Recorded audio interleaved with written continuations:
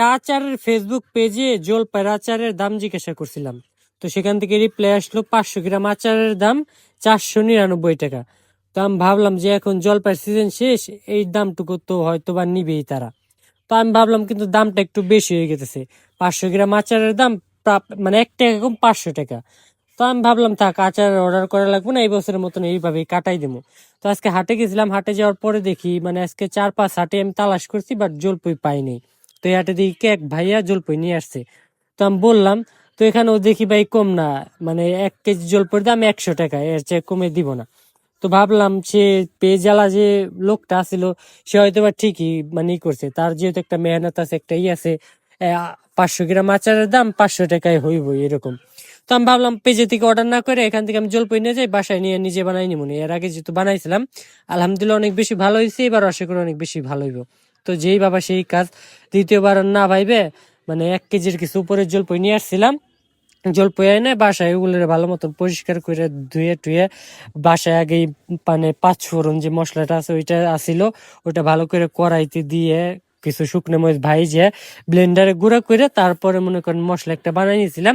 জলপাইগুলো আগে পরিষ্কার করে তারপরে গরম পানিতে সেদ্ধ করে নিয়েছিলাম, একদম বলক ফুটা গরম পানিতে, হালকা একটু লবণ আর হলুদের গুঁড়া দিয়ে, যাতে নাকি জলপাইটা ভালো মতন সেদ্ধ হয়ে যায় ভিতর পর্যন্ত, যেন মানে হলুদের ইটা যেন পৌঁছায়, ফ্লেভারটা যেন পৌঁছায়।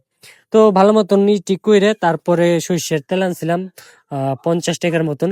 তো ওইটা দিয়ে মানে 50 টাকার সর্ষের তেল লাগছে, ওইটা দিছিলাম। আর 20 টাকার চিনি আনছিলাম।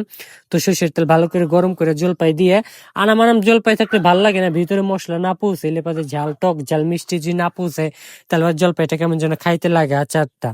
তো ভালো মতন যে আছে চামিচ আছে, এটা দিয়ে একদম মানে ম্যাশ করে নিছিলাম, একদম মানে কি বলে ভর্তা বানাই নিছিলাম।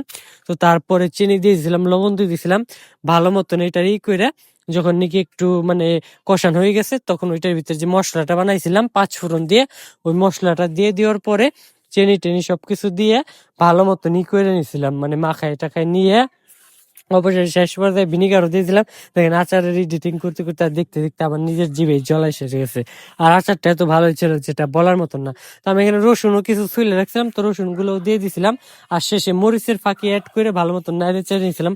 এটার ভালো মতন একবারে যে পর্যন্ত তেল গুলা ভাইসে না উঠে ওই পর্যন্ত এটা কষার লাগে। তো ওই পর্যন্ত এটা কষায় ভালো মতন একবারে তেল উঠা অবধি এটি করে নিয়েছিলাম। মাঝখানে দিয়ে একবার লবণ আর হয়েছে গিয়ে টক ঝালটা একটু টেস্ট করে নিয়েছিলাম। তো অনেক বেশি ভালো হয়েছে আলহামদুলিল্লাহ। আমি এত ভালো আচার বানার পর এটা আমি জানি না, বাট আমি যে কয়বারই বানাই ভালোই হয়। আর আমি যাই রান্না করি না কোনো, আলহামদুলিল্লাহ অনেক বেশি ভালো হয়। যারাই খায় না কেন সবাই বলে অনেক বেশি ভালো হয়। তো আজকের ভিডিও পর্যন্ত কি, সবাই ভালো থাকবেন, ভালো রাখবেন আপনার চারপাশ। যে ভিডিওটা ভালো লাগে অবশ্যই একটা কমেন্ট করে জানাইতে পারেন।